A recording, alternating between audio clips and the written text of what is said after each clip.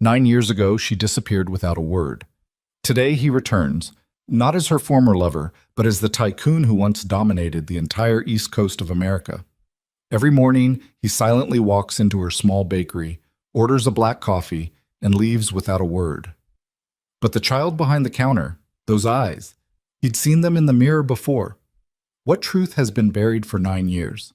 Follow my story to the end, and don't forget to like and leave a comment with the city you're in so I know how far this story has progressed.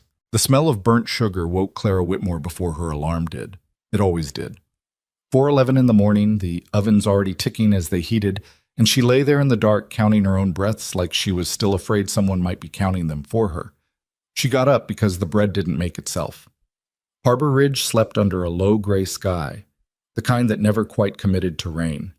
Clara pulled on the same flour-stained apron she'd worn for 6 years, tied her hair back hard enough to feel it pull at her scalp, and let the pain ground her the way it always did. Pain was honest.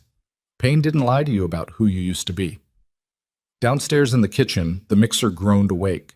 She measured flour with hands that didn't shake anymore, not like they used to, not like that first year when she'd had to grip the counter just to keep herself upright. Now her hands were steady, calloused. Someone else's hands, maybe. A baker's hands. Nothing like the soft fingers that used to trace the lapel of a $3,000 suit like it was nothing. She didn't let herself think about that. Except she did, every morning, for the 4 seconds between cracking an egg and reaching for the next one. In the back room behind a curtain stitched from an old tablecloth, Noah was still asleep on the cot she'd set up for him 3 years ago, after the nights at the hospital had become more familiar than the nights at home. He was 7. Too thin. His chest, when he breathed, made a sound like a door that needed oil. A faint catch, a stutter, gone if you weren't listening hard enough to catch it. She always listened hard enough. "Hey, baby boy." She crouched by the cot and Noah cracked one eye open, looked at her like he was deciding whether the day was worth it yet. "Bread won't bake itself." "You say that every day." "Because it's true every day." He smiled.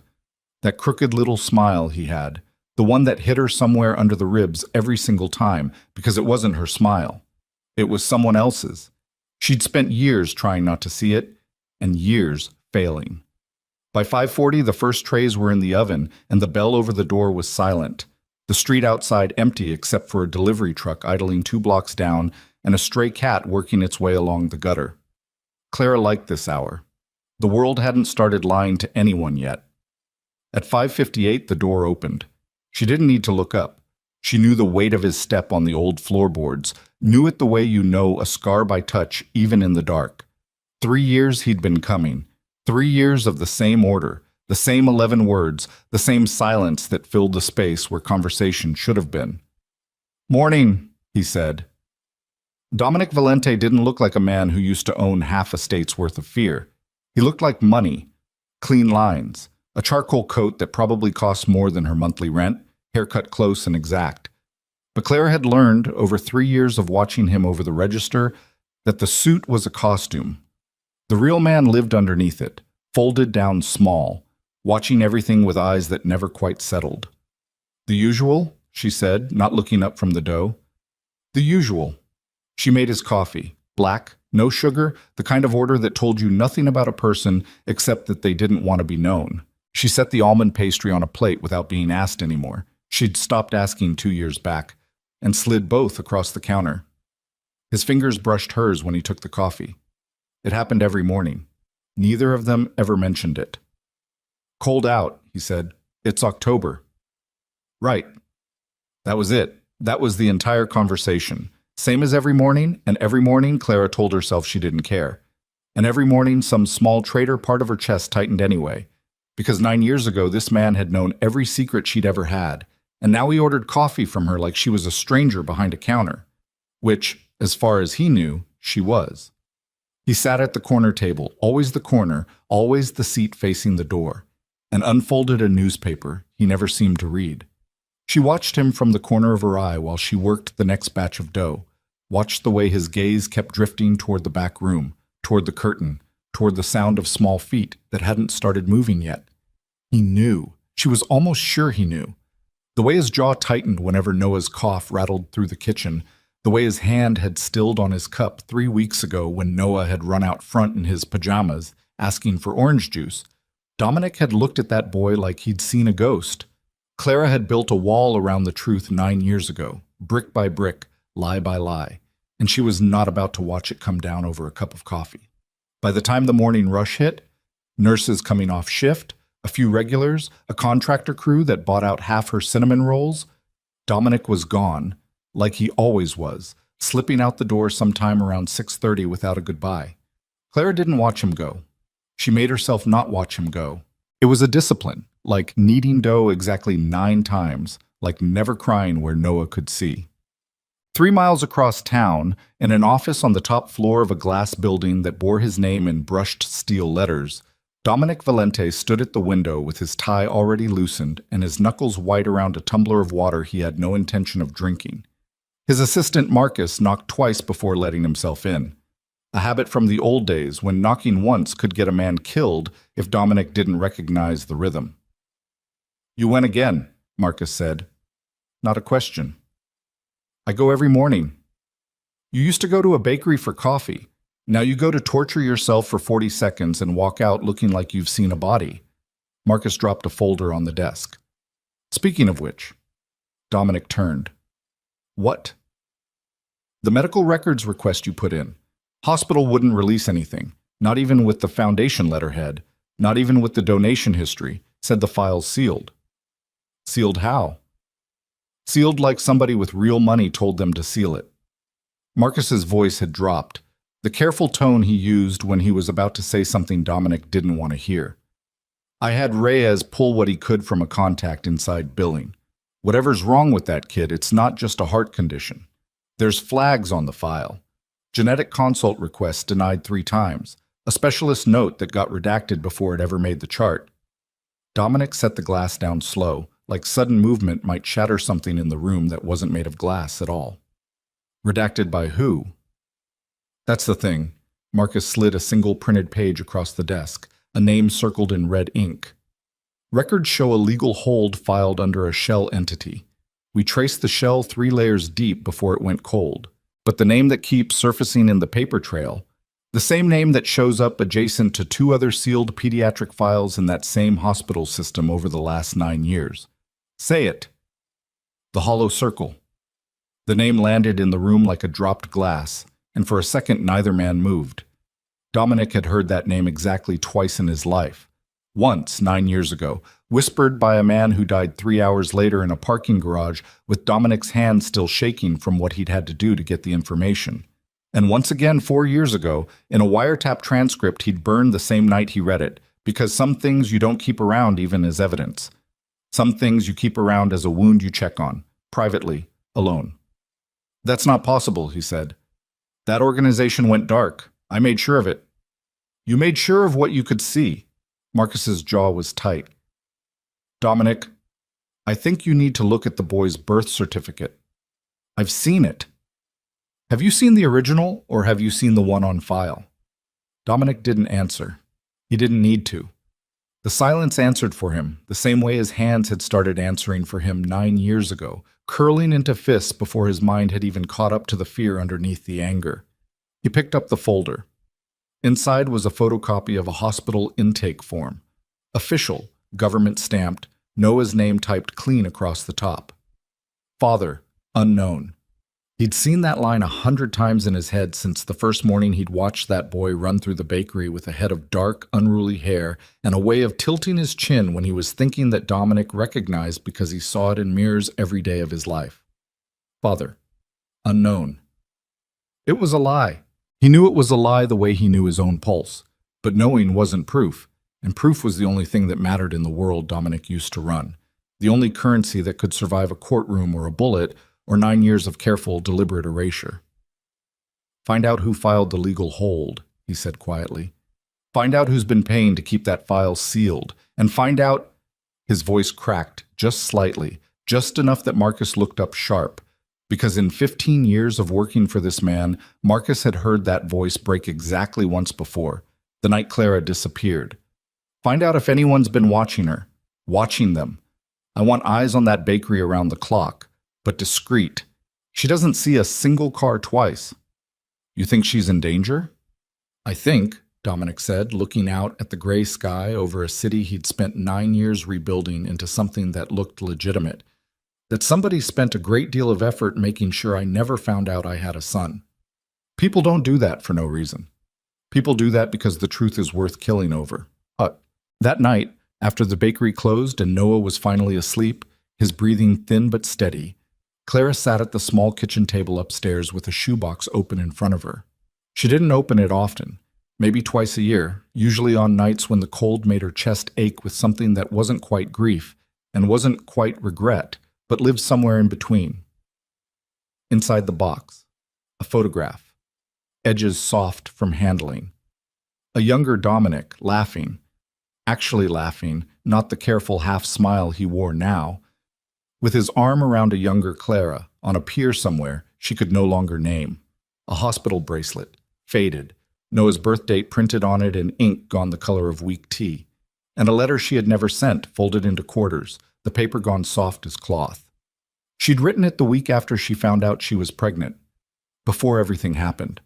Before the men who came to her apartment with a folder full of forged documents and photographs that weren't real, and a voice that told her, very calmly, that Dominic Valente already had another woman, another family, that he'd paid for an arrangement to be made, that she should disappear quietly if she ever wanted to see her child grow up safe. She had believed them. God help her, she had believed every word, because grief makes people stupid, and fear makes people obedient. And she had been 23 years old and terrified and alone with a heartbeat inside her that wasn't hers alone anymore. She unfolded the letter now for the first time in 3 years and read words she'd written in handwriting she barely recognized as her own. I don't know how to tell you this without you doing something reckless. I'm scared of what you'll do. I'm scared of who you are when you're protecting something. But I need you to know. The letter ended there. She'd never finished it. 3 days later, the men came back, and Clara Whitmore vanished from her own life so thoroughly that even Dominic Valente, a man who could find anything, anyone, for the right price, had spent the next 6 years coming up empty. She folded the letter back along its creases and put it in the box. Downstairs, faint through the floorboards, she heard the bell over the shop door. Strange, this late, the door should have been locked. And her whole body went cold before her mind even caught up to why. She moved fast, instinct older than 9 years of careful peace, snatching the kitchen knife off the block before she'd consciously decided to. She crept to the top of the stairs. A shape moved through the dark of the shop below. Tall, quiet, methodical in a way that made her stomach drop because amateurs didn't move like that. Amateurs made noise. Amateurs hesitated. This person moved like they'd done this before, like they were searching for something specific and knew exactly where to look. She heard the backroom curtain rustle. Noah's room. Every ounce of fear in her body converted instantly into something with claws. Get away from him, she said, voice low and steady, even as her hands shook, knife raised, moving down the stairs 2 at a time. Get away from my son right now, or I swear to God I will. The shape turned. A flashlight beam swung up and caught her face for half a second before swinging away, and in that half second she saw enough. The build, the stillness, the way the figure's free hand had already gone to something at their hip, to know this wasn't a burglar looking for a cash register. Mrs. Whitmore. The voice was male, flat, professional in the worst possible way. We're not here to hurt anyone. We just need the boy to come with us for a routine. Like hell he is.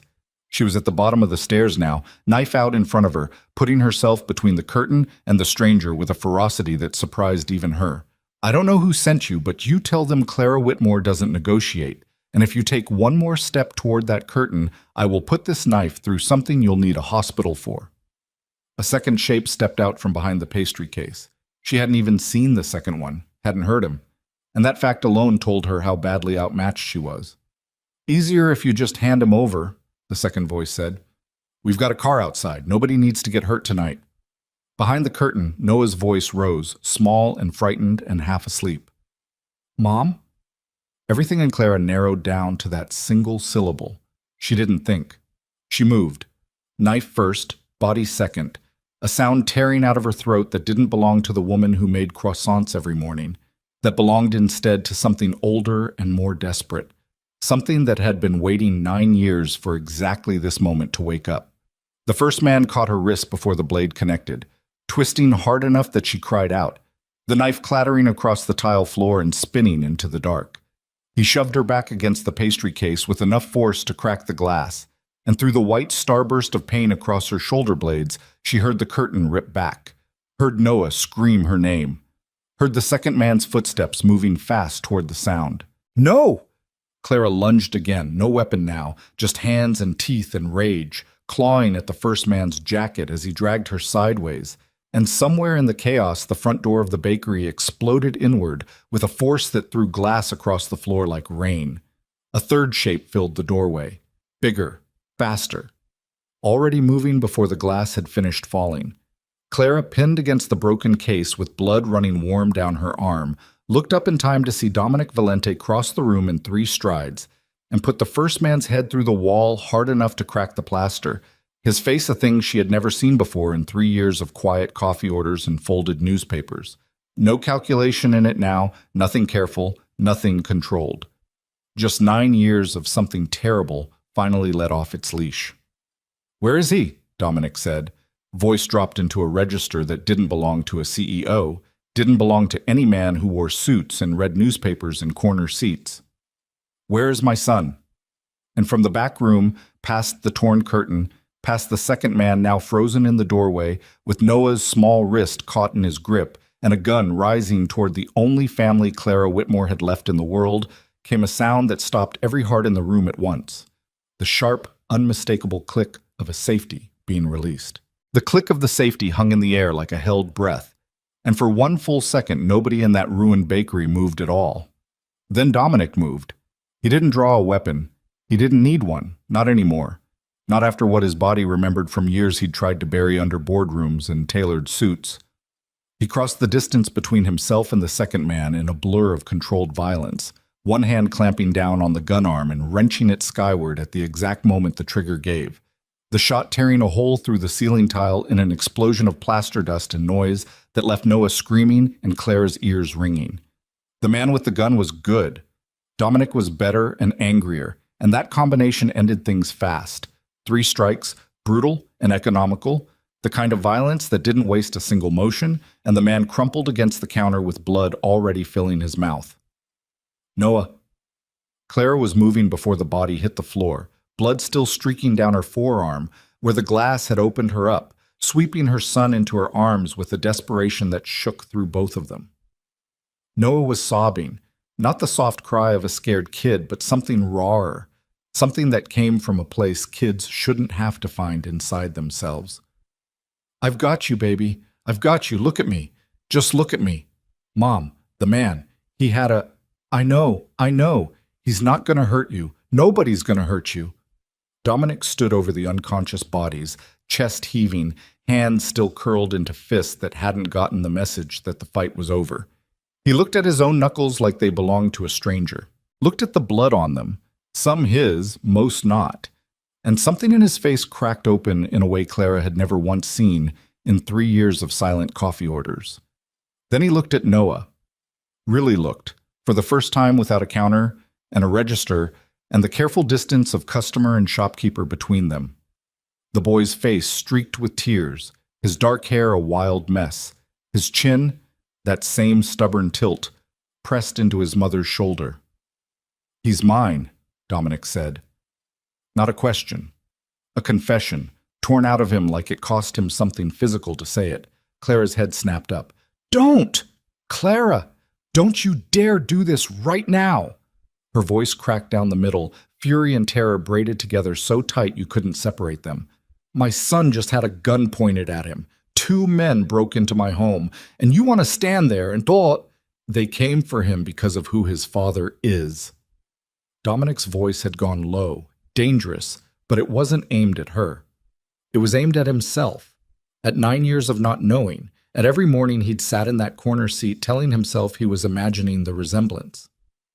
"You think this is a coincidence? You think 2 professionals break into a bakery in the middle of the night for cash in the register?" I think you need to leave. Like hell I'm leaving. This is my house. Clara stood, Noah still gripped against her hip, even though he was getting too big to carry like that, even though her arms were shaking with the effort and the adrenaline crash that was starting to hit her knees. You don't get to walk in here after 9 years and start making decisions about my son. Our son. The word landed between them like a slap. For a moment, neither of them said anything. Outside, somewhere down the block, a dog had started barking at the gunshot, and in the distance, a siren was beginning to wind up, faint but climbing. Somebody had called it in, the explosion of the door or the gunfire or both. You don't get to say that, Clara said finally. Quiet now, quieter than the rage had been, and somehow that was worse. You don't get to come into my bakery for 3 years, drink your coffee, say 11 words to me every single morning like I'm a stranger, and then the one night somebody tries to hurt him, you suddenly want to claim him like he's something you own. I didn't know. You knew enough to watch him. I saw the way you looked at him.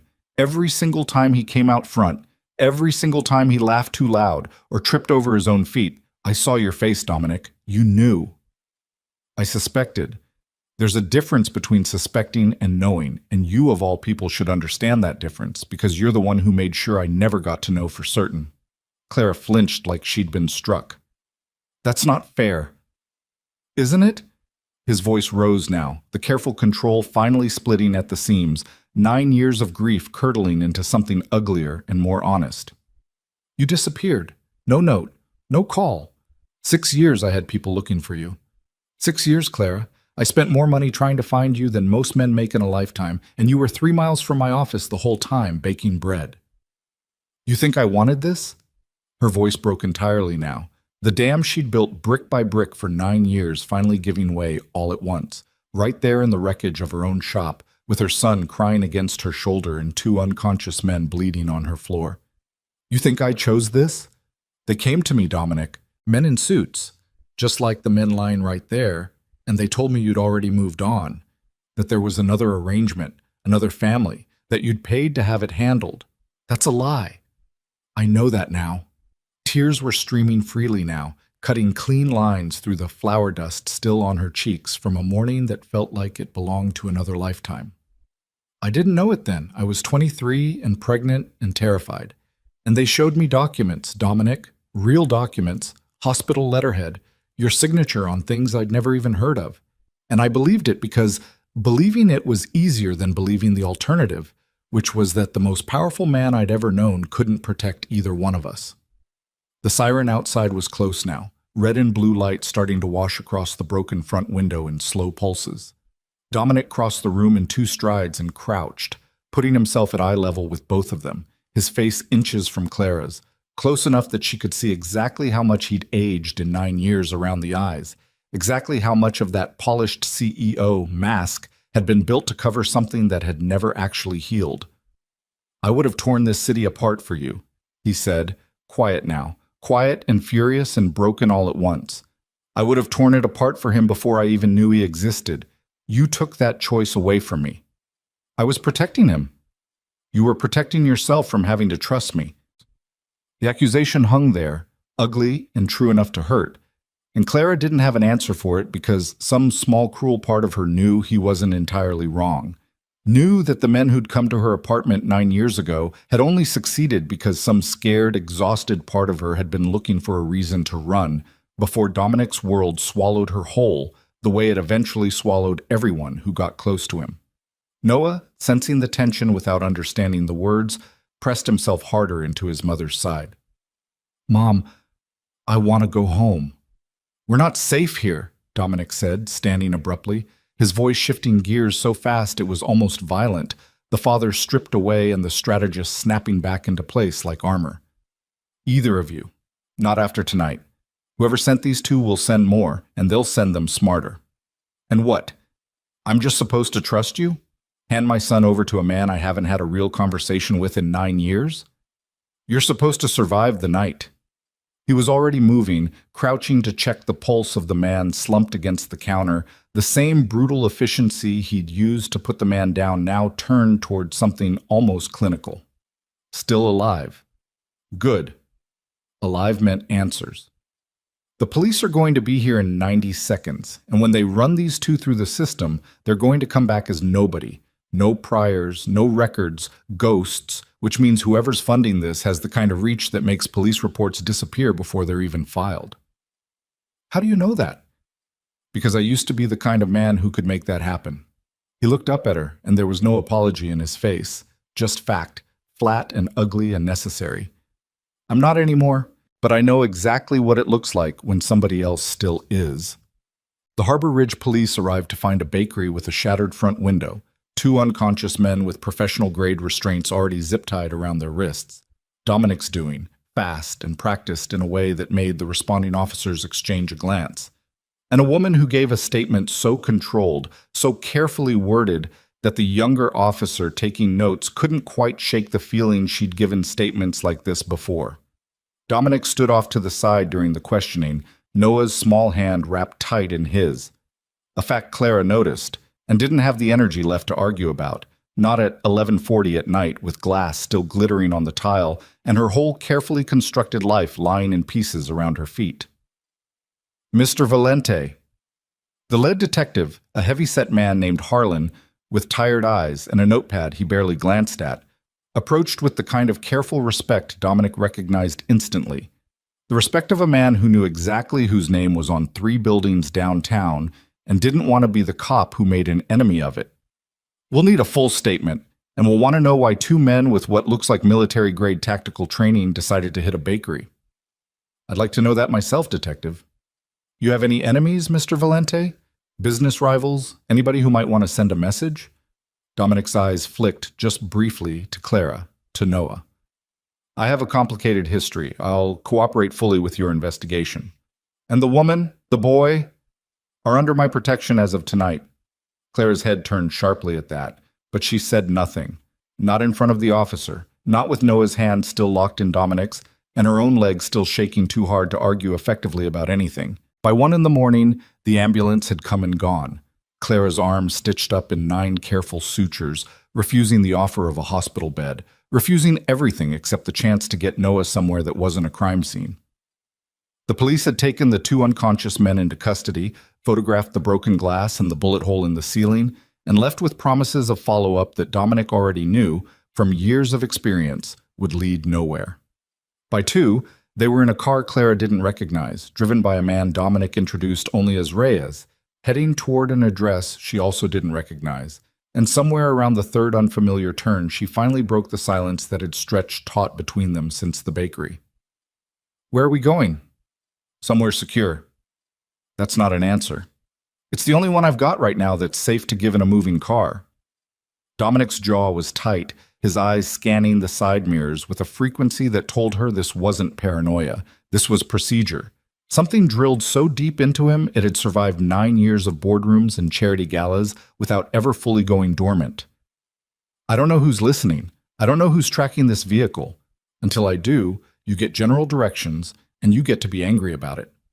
I am angry about it. I know. Noah had finally fallen asleep against her side somewhere around the 2nd turn, exhaustion winning out over fear the way it only could in children, his small chest rising and falling with that faint catch she'd learned to listen for in her sleep. Clara looked down at him now, in the passing streetlight, then up at Dominic's profile in the front seat, hard-edged and unreadable in the dark. Tell me about the hollow circle, she said. His shoulders went rigid. Where did you hear that name? You said it. Back at the bakery, before the police got there. You were talking to the man on the phone, the one you called right after it happened. You said it twice. Dominic was quiet for a long moment, long enough that Clara thought he might not answer at all. It's an organization, he said finally. Old money, older grudges, people who've spent decades making sure the wrong children never grow up to inherit the wrong fortunes, the wrong secrets, the wrong loyalties. 9 years ago, I crossed them without knowing it. Got too close to something they were protecting, made too much noise in the wrong rooms. I thought I'd buried that conflict. I thought it ended when... He stopped. When what? When you disappeared. His knuckles had gone white on the wheel. I always assumed it was my enemies who got to you. I never once considered that the people who took you from me and the people I'd been hunting for 9 years might be the same organization. That's a mistake I am never going to make again." Clara stared at the back of his head, something cold settling into her stomach that had nothing to do with the night air leaking through the cracked window. "You're saying they planned this years ago, not just tonight. I'm saying somebody spent considerable resources making sure you believed I'd abandoned you. Forged documents don't write themselves, Clara. Hospital letterhead doesn't fall into the hands of random criminals.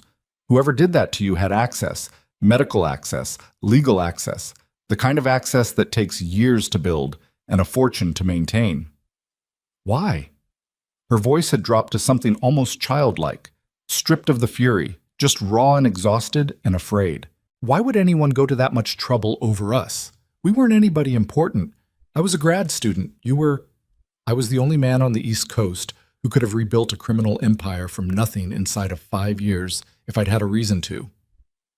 His eyes met hers in the rearview mirror, and for the first time that night she saw something underneath the fury and the control. Something that looked almost like fear. "A son is a reason, Clara. The single greatest reason a man like I used to be could ever have. They didn't separate us because of who I was 9 years ago. They separated us because of who I'd become if I ever found out about him." The car went quiet after that. The only sound, the hum of tires on wet asphalt and Noah's faint, uneven breathing. And Clara found herself doing something she hadn't let herself do in 9 years. Looking at Dominic Valente and wondering, with a kind of sick vertigo, how much of the last decade of her life had been a story written by someone else's hand entirely. The house Reyes finally pulled into wasn't a house so much as a fortress dressed up to look like one. High walls disguised as garden hedges, cameras tucked into ornamental lighting, a gate that required 3 separate clearances before it would open. Clara carried Noah inside, still sleeping, laid him down in a guest room with sheets too expensive for a kid who usually slept on a cot behind a curtain, and stood in the doorway watching him breathe for a long, silent minute before she finally let herself collapse into the chair beside the bed. Dominic found her there an hour later, 2 glasses of something amber in his hands, setting one down on the nightstand beside her without a word. "I don't want it," she said. "Take it anyway. You've earned it." She didn't touch the glass. "I need to know everything, not the careful version, not the version where you decide what I can handle. Everything." Dominic sat down across from her, the low lamp throwing half his face into shadow, and for a long moment he simply looked at his son. Really looked, the way a starving man looks at food he's been told for years doesn't exist. "His heart condition," he said slowly. Marcus pulled what records he could. There were redacted specialist notes, genetic consult requests, denied 3 separate times before they ever made it onto his chart. Genetic consult for what? I don't know yet, but I know congenital heart defects don't usually come with that kind of paper trail, Clara. Somebody's been managing his case from the outside for years, steering his treatment, keeping certain tests from ever happening. The amber liquid in her untouched glass caught the lamplight, trembling faintly because her hands, resting on the chair's armrests, had started to shake again.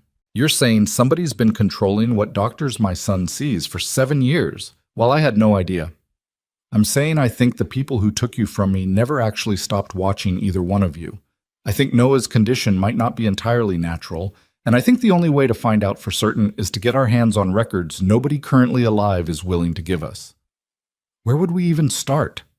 Dominic's jaw set, the lamp throwing the old hardness back into his face, the version of him that Clara had glimpsed exactly once before tonight. Back at the bakery, 3 strikes, and a man crumpling against the counter, 9 years of careful civility burned away in under 4 seconds. "There's a private research facility 2 hours north of here," he said. "Decommissioned officially. Still active, according to 2 separate sources who owe me favors they'd rather not collect on. It's owned through 6 shell companies, and every single one of those companies eventually traces back to a single trust." He looked at her, and something in his expression made the back of Clara's neck go cold before he even said the name. "A trust administered by someone I used to trust with my life. Someone close enough to both of us 9 years ago that they could have orchestrated everything. The forged documents, the sealed records, all of it. Without either one of us ever suspecting a thing." Clara's stomach dropped straight through the floor. "Who?" The lamp flickered once, some fault in the old wiring, and in the half-second of darkness, Dominic's voice came low and certain and devastating. The name came out of him like a confession dragged across broken glass, and Clara watched something in Dominic's face she'd never seen before. Not in 3 years of corner-table silence, not even back in the bakery with blood on his knuckles. This was something closer to grief than rage, the particular devastation of a man realizing he'd been carrying a knife in his coat pocket for 9 years and never once felt the blade pressed against his own back. "Who's Vivian Calloway?" "She was my attorney. Before that, she was my mother's attorney." His voice had gone flat, the careful affect of a man building a wall in real time, brick by brick, to keep something from collapsing through. "She handled the trust that funded my expansion when I was 26 years old. She handled the paperwork the night you disappeared, Clara. The missing person filing, the private investigators, all of it ran through her office because I trusted her with everything. I trusted her with you." Clara's glass, untouched until now, trembled hard enough that amber liquid slopped over the rim and onto her wrist. She didn't notice. "You're telling me the woman who helped you search for me is the same person who made sure you'd never find me?" "I'm telling you I don't know yet.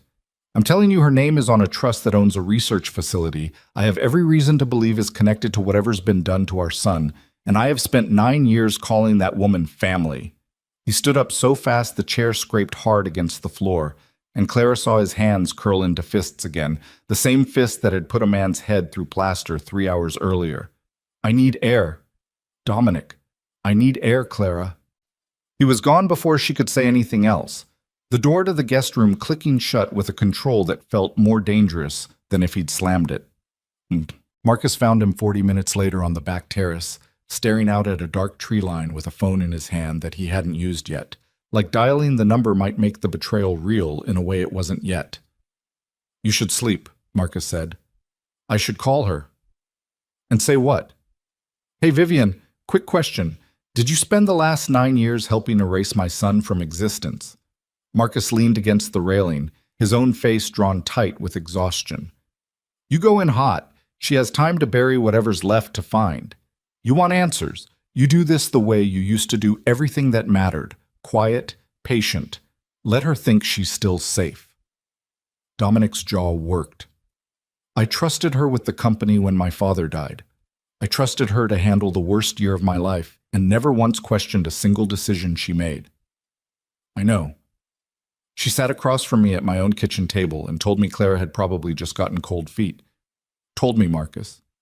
Looked me in the eye for 6 years and told me to let it go, that some people just run, that I needed to focus on rebuilding instead of chasing a ghost. "I know. If she did this," his voice cracked clean down the middle, the first real fracture Marcus had heard in him in 9 years of careful, controlled fury.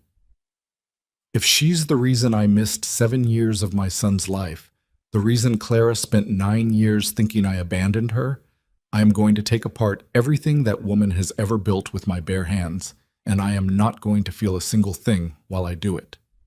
Marcus didn't argue. He'd worked for Dominic Valente long enough to know that promise wasn't rhetoric. It was a forecast. They moved on Vivian Calloway 2 days later, after Reyes had quietly confirmed what Marcus's contact inside the hospital system had only hinted at, that the trust funding the decommissioned research facility wasn't just administered by Calloway. It was named for her. Calloway Premier Holdings, buried 4 shells deep, but unmistakably hers. Clara insisted on coming. "You don't need to be there," Dominic told her in the car, the same careful tone he'd used the night of the bakery, the tone that made her want to put her fist through something. "He's my son, too. I don't get left in a guest room while you go play detective. This isn't playing, Clara. This is the woman who might have spent 7 years deciding which doctors my son was allowed to see." "I'm aware. That's exactly why I'm coming." Vivian Calloway's office occupied the top floor of a building 2 blocks from Dominic's own, all glass and pale wood, and the kind of understated wealth that didn't need to announce itself. She rose from behind her desk when they walked in, 60-something, silver hair cut sharp at the jaw, reading glasses pushed up into it like a crown, and her face did something complicated when she saw Clara standing beside Dominic. Surprise. And underneath it, buried so fast Clara almost missed it, something that looked unmistakably like fear. Dominic, and this must be... Vivian's composure snapped back into place with practiced speed. Goodness. After all these years... Cut it, Dominic said. I want to talk about Callaway Premier Holdings. Something flickered behind the older woman's eyes, gone in an instant, replaced by the smooth concern of a woman who'd spent 4 decades in rooms full of men trying to catch her in something. I'm not sure I follow. A research facility, 2 hours north, decommissioned on paper, active in practice, 6 shells deep, but it traces back to a trust with your name on it.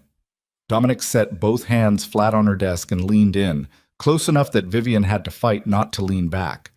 I want to know what's happening inside that building, and I want to know why a legal hold filed under one of your shell entities has kept my son's medical files sealed for 7 years.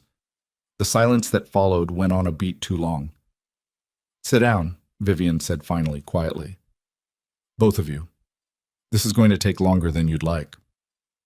What followed was not a confession so much as a slow unspooling, the careful unraveling of a woman who had clearly rehearsed this moment in some private corner of her mind for years, hoping it would never come, and preparing anyway, because women like Vivian Callaway didn't survive 4 decades at the top of a brutal industry without preparing for every possibility.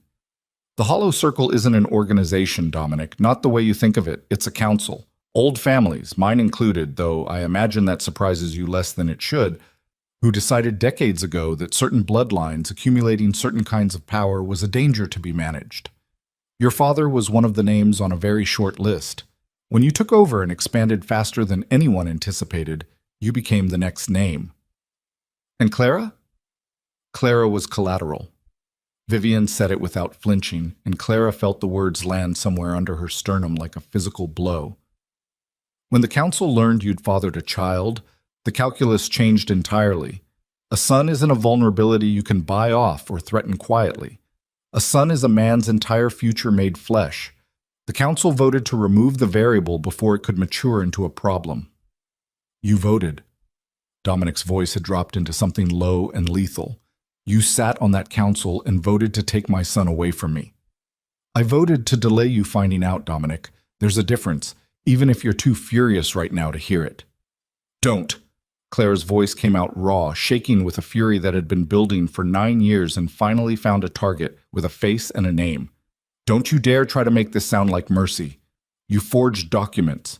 You convinced a terrified 23-year-old that the father of her child had abandoned her. You let me believe a lie for 9 years while my son grew up with a heart condition you were monitoring the entire time. I tried to keep him safe. You tried to keep him controlled. Dominic's hand slammed flat against the desk, hard enough that a framed photograph toppled and cracked against the glass surface. The research facility, the genetic consults you buried, that's not protection, Vivian. That's a cage with good lighting.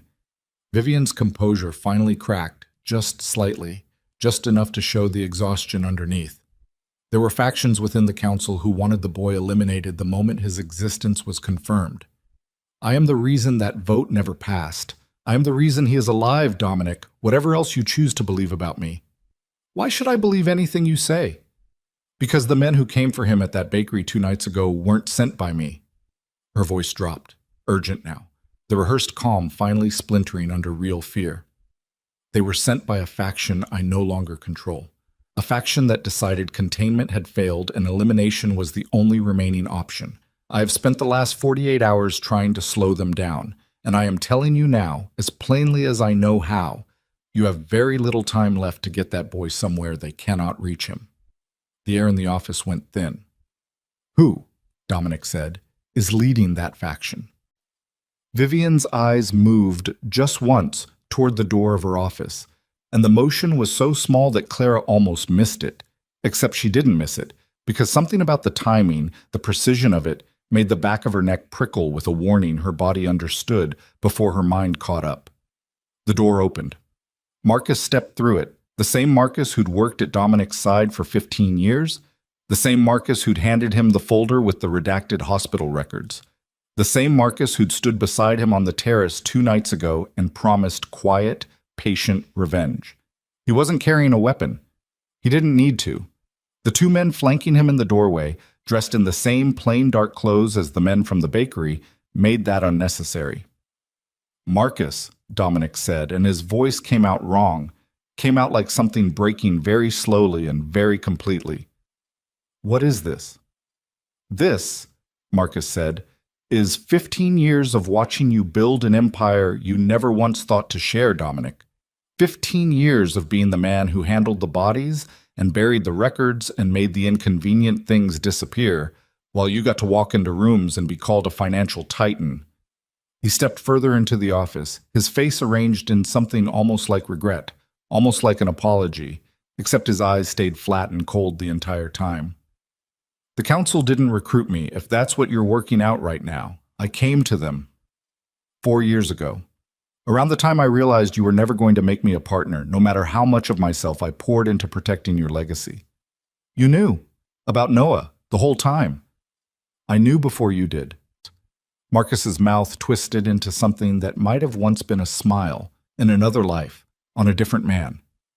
"I'm the one who flagged his chart in the first place. I'm the one who made sure those genetic consults never went through, because the results would have confirmed paternity in a way that even a man as willfully blind as you couldn't ignore. I have been managing this situation for 7 years, Dominic, and you have been drinking coffee 3 feet away from the answer every single morning without once asking the right question." The room had gone very quiet, the kind of quiet that exists right before something irreversible happens. Clara felt her pulse hammering in her throat, felt Dominic's body go rigid beside her, every muscle coiling. "Where's my son?" he said. Marcus's smile widened, slow and terrible. "That's the part you're going to want to sit down for." He held up a phone, screen angled toward them, and on it was a live video feed, grainy, time-stamped, the corner of a sterile white room Clara didn't recognize. A small figure lay on a hospital bed in the center of the frame, motionless, an IV line taped to one thin arm, monitors blinking soft green numbers beside him. Noah. Not in the guest room 2 hours away where Clara had left him sleeping under armed protection not 40 minutes ago, not safe, not where he was supposed to be. "He's been at the facility since this morning," Marcus said, watching Clara's face come apart in real time with something that looked almost like satisfaction. "Your security detail was very good, Dominic. Truly. It just wasn't good enough to stop the man who hired half of them in the first place." The sound that came out of Clara then didn't belong to any version of herself she recognized. Not the terrified 23-year-old who'd run 9 years ago, not the careful, controlled bakery owner who'd built a quiet life out of flour and routine, but something underneath both of those women, something that had been waiting 9 years for the exact moment the last wall fell down. Dominic didn't make a sound at all. He went very still, the kind of stillness that Clara understood now, after 3 days, to be infinitely more dangerous than rage. The stillness of a man recalculating everything he thought he knew about loyalty, about family, about exactly how much of himself he was willing to burn to get his son back. "You have 1 hour," Marcus said, pocketing the phone, "to decide whether you're going to come to the facility alone and discuss terms like a reasonable man, or whether you're going to do something reckless and force my hand regarding what happens to that very fragile heart of his. The clock starts now, Dominic. I'd use the time wisely. You're not as good at this as you used to be. Civilization's made you soft. I'd hate for that softness to cost you everything twice in one lifetime." He turned and walked out, his 2 men backing out after him with the unhurried calm of people who knew exactly how thoroughly they'd just won, and the office door clicked shut behind them with a sound that landed in the silence like a verdict. Vivian Calloway, still seated behind her shattered photograph, looked up at Dominic with something that might have been pity. "I tried to warn you he'd turned. I sent 3 messages to your private line this week alone. Encrypted, careful, exactly the kind of warning a man in your position should have recognized. You never read a single one, did you? Too busy drinking coffee in a bakery, pretending you were still capable of being an ordinary man." Dominic didn't answer her. He was already moving toward the door, already reaching for his phone with hands that, for the first time in 3 days, had stopped shaking entirely.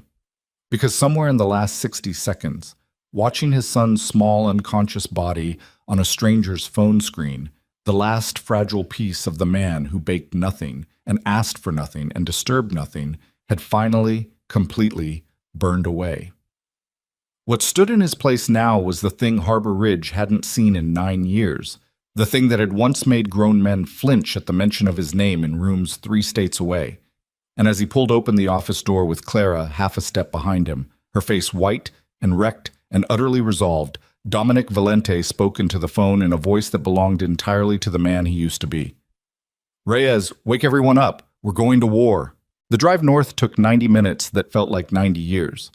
Clara sat in the back of a black SUV that smelled like leather and gun oil, her hands wrapped so tight around her own knees that her knuckles had gone the color of bone, watching Dominic in the front seat issue instructions into a phone in a voice she didn't recognize, clipped, precise, devoid of every soft edge that 3 years of coffee orders had taught her to expect from him.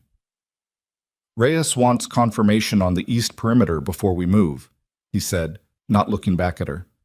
"Thermals showing 6 bodies on the ground floor, 2 more on what used to be the loading dock. Could be more inside.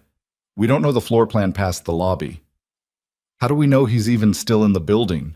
Clara's voice cracked on the question, 3 days of terror finally wearing through every wall she had left. "Because Marcus wants a negotiation, not a body to bargain with." Dominic finally turned, and his eyes in the dashboard light looked like something carved out of stone. "He needs Noah alive to control me. The second that stops being true, we lose all our leverage, and so does he. That's the only thing keeping me from putting my fist through this window right now." The facility rose out of the dark like something that had given up pretending to be anything other than what it was. A low, flat compound behind a chain-link fence gone soft with rust.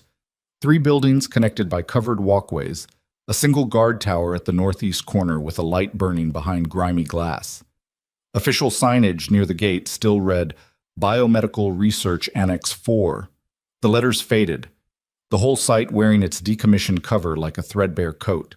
Reyes met them 200 yards out, crouched behind the wheel well of a second SUV with 4 other men Clara didn't recognize, all of them dressed in dark tactical gear that made the whole scene feel like something out of a film rather than her actual life.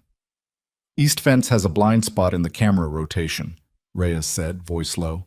90-second window every 4 minutes. We can get 6 men through clean if we time it right."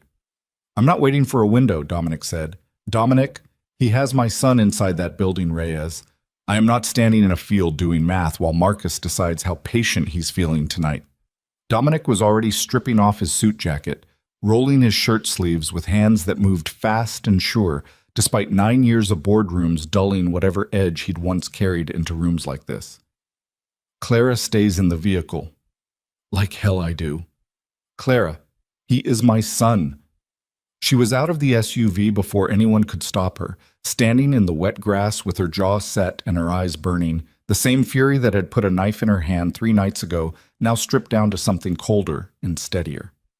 "I have spent 7 years being the only person fighting for him. I am not sitting in a car while other people decide whether he lives or dies." Dominic looked at her for a long moment, something passing behind his eyes that wasn't quite approval and wasn't quite fear, but lived somewhere dangerously close to both. "Stay behind me," he said finally. "Every step. I mean it."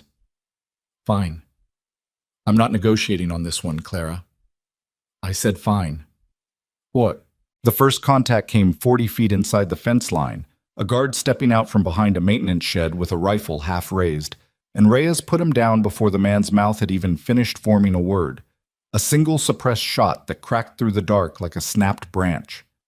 Clara flinched hard enough to stumble, Dominic's hand catching her elbow without either of them breaking stride. "Stay low," he said. "Stay close." They moved through the compound in a tight formation, Reyes and 2 men taking point, Dominic and Clara in the center, 2 more men covering the rear, and Clara found herself running on instinct alone, her body doing things her mind hadn't agreed to. Ducking behind a generator housing when gunfire opened up from the second building, pressing herself flat against cold concrete with her heart slamming so hard against her ribs she could feel it in her teeth. The firefight that followed lasted 90 seconds and felt like an hour. Muzzle flashes lit the dark in stuttering bursts, the smell of cordite thick enough to taste, one of Reyes's men going down with a cry that ended in a wet gurgle that Clara would hear in her nightmares for the rest of her life. Dominic moved through it like something that had been built for exactly this and nothing else. His face a mask of total concentration, putting down 2 more guards with a brutal economy that made Clara's stomach turn, even as some traitor part of her was grateful for every single body that dropped between her son and the men trying to keep them apart. "Clear," Reyes called, voice tight, and they pushed forward into the second building, into a hallway lit by humming fluorescent tubes that buzzed like something dying. "This is wrong," Dominic muttered, scanning the corridor, his weapon held low and ready. "Too easy. Marcus knew we were coming the second we hit that fence line. He's letting us in." "Why would he do that?" "Because he wants me in that building specifically. Because whatever he's planning, it needs me standing in front of him, not storming a perimeter from outside." Dominic's jaw tightened. "Stay sharp." They found the first real resistance at a set of double doors marked Restricted, Archive Wing. 4 guards positioned in a kill box that nearly worked, nearly caught Reyes's team in a crossfire that would have ended things badly if Dominic hadn't seen the angle a half second before anyone else, throwing his shoulder into Clara and taking them both down behind an overturned gurney as the first burst of gunfire chewed through the wall where she'd been standing. "You good?" he asked, his weight pressed against her, his breath coming hard and fast against her ear, both of them flat on a floor sticky with something Clara didn't want to identify. "I'm good. Go." He didn't go. Not yet. For 1/2 second, with bullets cracking overhead and his son's life hanging somewhere in the building around them, Dominic looked at Clara's face, inches from his, terrified and furious and more alive than he'd seen her in 9 years. And something passed between them that had nothing to do with the war happening 6 feet away. Then the moment broke. Because moments like that didn't get to last in a place like this, and Dominic rolled up over the gurney and put down the remaining guards with 4 shots that left the corridor in a ringing, smoking silence. "Move," he said, hauling Clara up by the arm. "Now, while we have it." The archive room sat at the end of the wing, a steel door standing half open, light spilling out in a long yellow rectangle across the corridor floor. Inside, rows of filing cabinets stretched back into shadow, and at a long steel table in the center of the room stood Marcus, alone, hands clasped behind his back like a man waiting for a meeting that was running exactly on schedule. "You made good time," Marcus said, not turning around. "Faster than I expected, honestly. The old instincts really never do leave a man like you, do they?" "Where is he?" "Patience." Marcus finally turned, and his face in the harsh fluorescent light looked older than it had 3 days ago, the careful mask finally falling away to show something tired and bitter underneath. "We're going to have a conversation first." "I'm done having conversations." Dominic's weapon came up, leveled at Marcus's chest. His hand rock steady despite every instinct in his body screaming to close the distance and finish this with his hands instead. "Where is my son?" 2 floors down, sub-basement. There's a code on the elevator panel that changes every 6 hours, and I am the only person currently breathing who knows what it is right now. Marcus's mouth curved, not quite a smile. "So I'd suggest we keep talking, Dominic, unless you'd like to spend the next several hours trying to hack a 30-year-old security system while his oxygen levels keep dropping." "His oxygen?" Clara's voice tore out of her, raw and panicked. "What is wrong with him? What have you done to him?" "Nothing that wasn't already wrong, Mrs. Whitmore. Your son's congenital defect is real." "I didn't fabricate that part. I simply made certain the specialists who could have corrected it years ago never got the chance to look at his full genetic profile. A sealed file is a useful thing. It lets a condition progress exactly as slowly or as quickly as someone with the right access decides it should." The words landed in the room like a physical blow, and Clara felt something in her chest crack clean in half. 7 years of hospital visits. 7 years of watching her son's breath catch and stutter. 7 years of being told by doctors that nothing more could be done. And all of it, had been a leash held by a man standing 20 feet away with his hands clasped calmly behind his back. "You're going to die in this room," Dominic said, voice dropped into something that didn't sound human anymore, something Clara had only heard once before. In the bakery, 3 strikes and a man crumpling against a counter. I'm going to make absolutely certain of that. The only question left is how slowly. Threats are cheap, Dominic. You taught me that yourself 15 years ago, the first week I worked for you. Marcus's hand drifted, slow and deliberate, toward the inside of his jacket, and every man in the doorway behind Dominic tensed in unison. What I want is considerably more straightforward. The trust. Full control, signed over before sunrise. Every asset, every shell, every account you've spent 9 years building back from nothing. In exchange, you get the boy, you get the woman, and you get to disappear somewhere quiet and pretend the last 15 years of my life spent serving yours never happened. And if I refuse? Then his oxygen levels finish dropping on their own, on a live stream I've already set up to your private number, and you get to watch in real time exactly how much your pride was worth. Dominic's finger tightened on the trigger, his whole body coiled with a violence that wanted nothing more than to end this in the next half-second, consequences be damned. And it was Clara's hand on his arm, trembling but firm, that stopped him. Don't, she said quietly. He needs to live long enough to give us that code. You kill him now. We lose Noah forever. Every muscle in Dominic's body screamed against her logic and obeyed it anyway, the gun lowering an inch, his breath coming ragged through clenched teeth. Smart woman, Marcus said. Always was. Pity the council didn't see fit to recruit you 9 years ago instead of erasing you. Give me the code, Dominic said. Sign the transfer first. There's no transfer device in this building, Marcus, and we both know it. You want this done remotely, through council, through channels that take days to clear, even with every favor I'm owed. Dominic took one slow step forward, weapon still raised, his voice gone flat and final. So here's what's actually going to happen. You're going to give me that code right now, because some small, cowardly part of you already knows you're not walking out of this building either way, and the only thing left for you to decide is whether you die having done one decent thing in the last decade of your miserable life. Marcus's composure flickered, just slightly, just enough for Clara to see the fear underneath 15 years of careful, patient betrayal. You'd kill me even if I gave it to you. Probably. Dominic didn't blink. But if you don't give it to me, I promise you, the dying part is going to take considerably longer.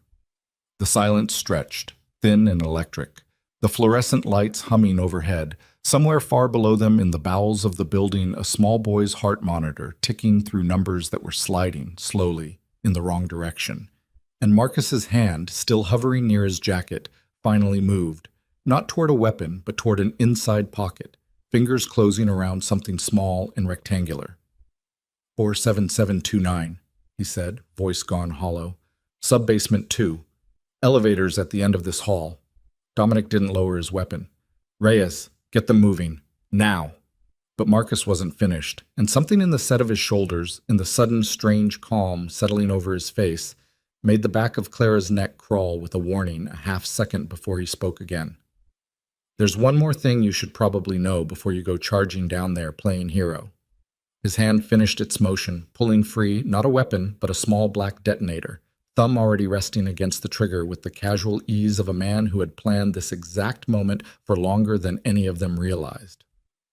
The sub-basement isn't just where your son is. It's also wired to come down the second anyone tries to leave with him who isn't me. The detonator sat in Marcus's palm like something alive, his thumb resting light against the trigger. And for 3 full seconds, nobody in that archive room breathed.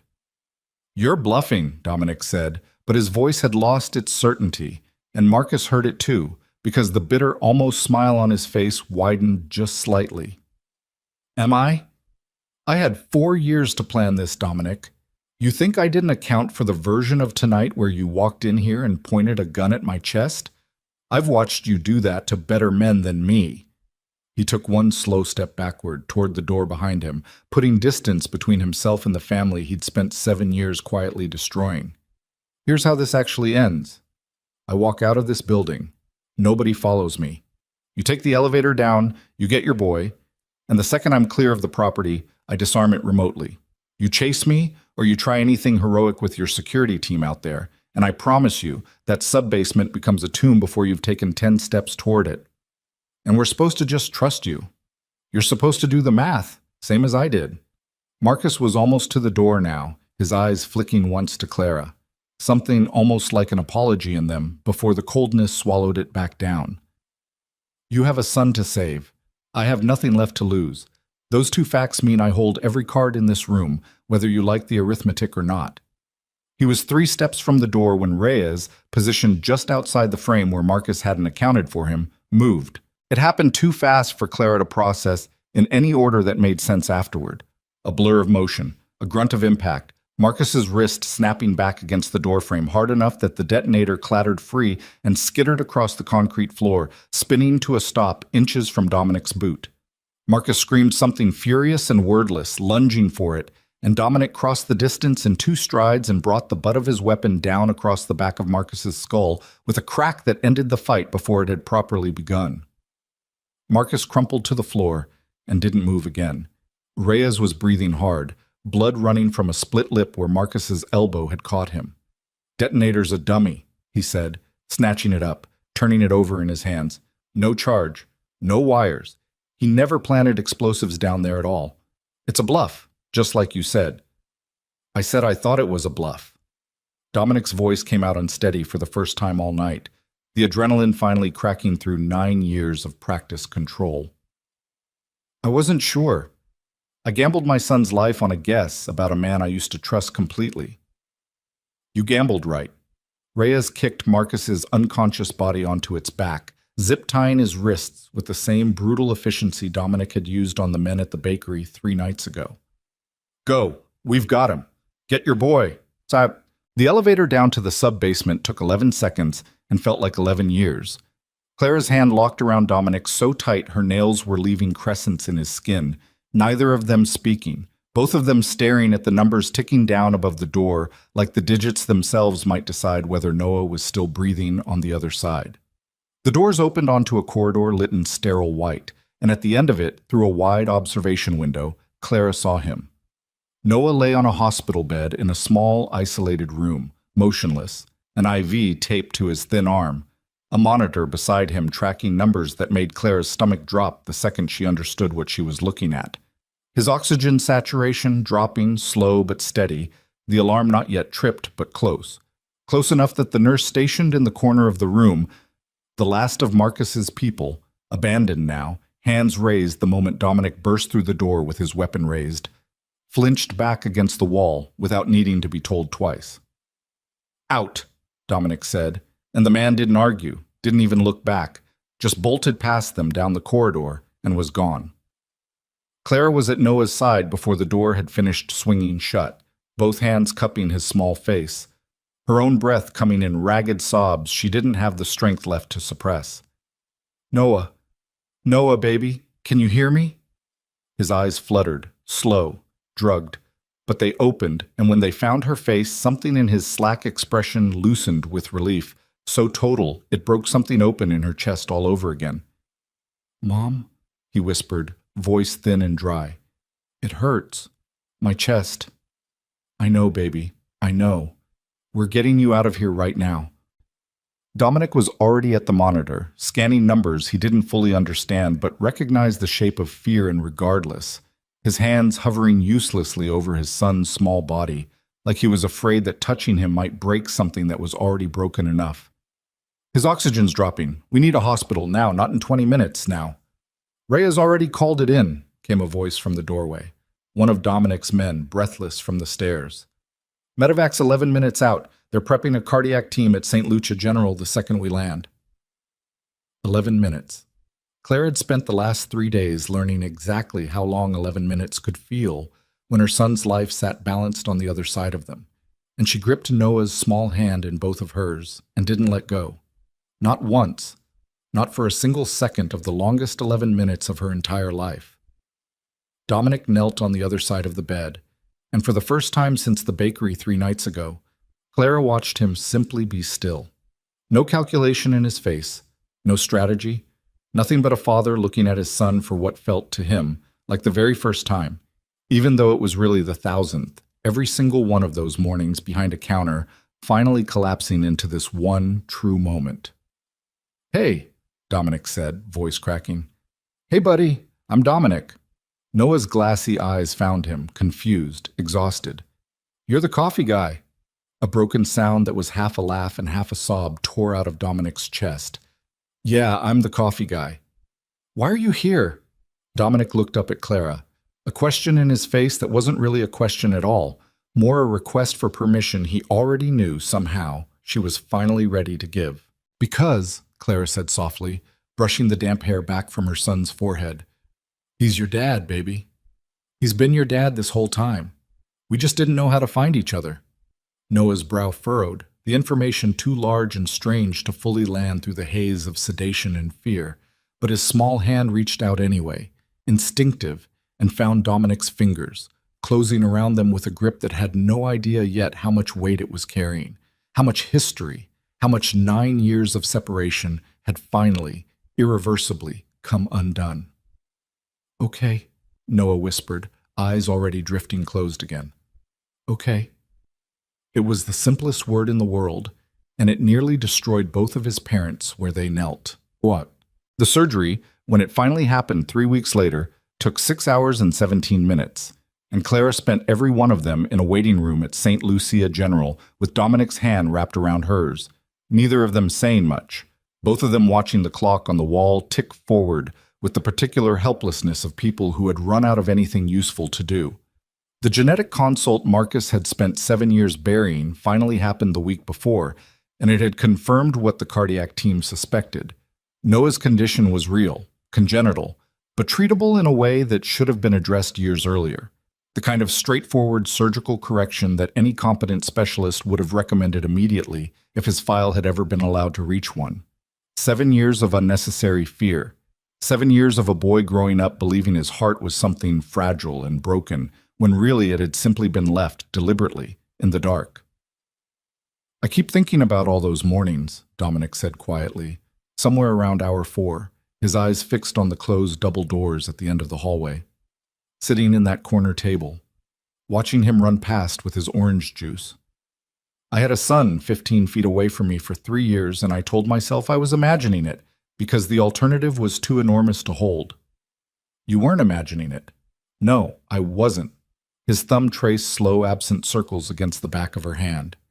"I keep trying to figure out how to forgive myself for not pushing harder, for drinking my coffee and saying 11 words and walking out the door every single morning instead of asking the one question that would have changed everything." "You were protecting yourself." Clara's voice was quiet, worn thin by 3 weeks of fear that had only just begun to loosen its grip on her chest. "I understand that better than anyone. I spent 9 years building a life out of not asking questions because the answers felt like they might kill me if I let them in." "Does it feel like that now, letting them in?" She considered the question honestly, the way she'd learned to consider everything since the night her bakery's front door had exploded inward and the careful architecture of her quiet life had come apart in a single, irreversible night. "It feels like waking up after a very long sleep," she said finally. "Everything's too bright at first, but you remember, slowly, what it felt like to actually be awake."